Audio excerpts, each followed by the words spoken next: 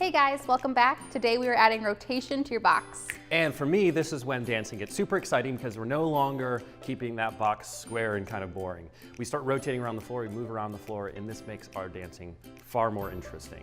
Something to keep in mind, when you learn this rotation in the box, don't go back to the square box. The square box was just a starting point. So once we learn the rotation, that's the step that you've got. Awesome, let's break that down. Sounds good. We're going to do this slightly differently than we do other steps.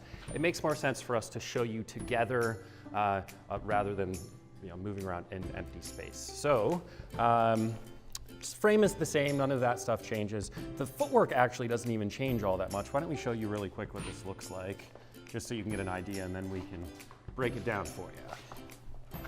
Same box step, I'm going forward on my left, side close, back right. Anna Marie is doing the opposite or the same, depending on how you look at it. Great. So really all we do, if you want to come down here to my feet, just to reiterate the square box, right? But I'm rotating my body as I step. So when I step, I rotate my body, and that makes Anna Marie take more of a side and back step. I then step at her center. After I step at her center, I just go directly to the side from there. And then when I step back, I give Anna Marie a little bit of space, and then we step side from there. Notice she stepped directly at my center as well.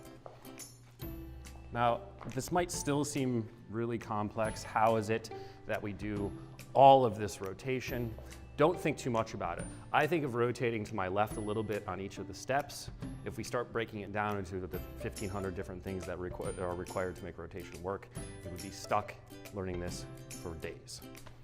So, as Matthew was saying, the frame is pretty much the same, but a couple of things to talk about is while he is rotating, the reason we want to keep the frame the same is so that we keep the same rotation, and thus we'll also rotate the same amount. Yeah, that's a good point. So we're trying to stay square here as much as possible.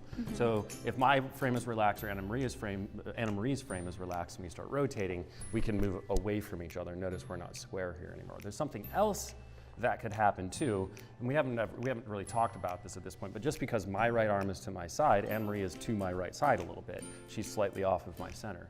If my frame relaxes and we start rotating, it's very easy for her to get off to this side, which is kind of awkward, and then it messes up the rotation.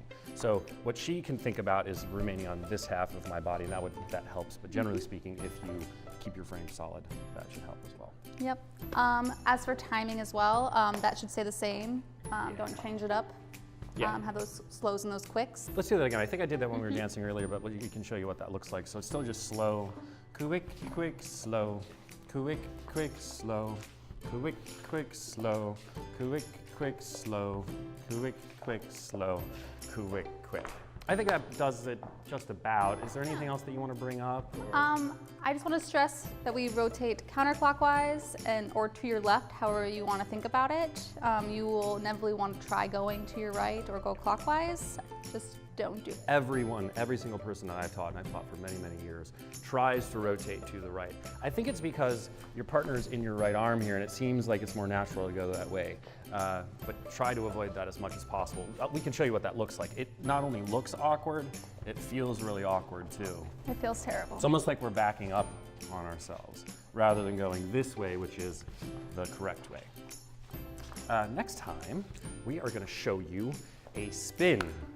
So stay tuned for that.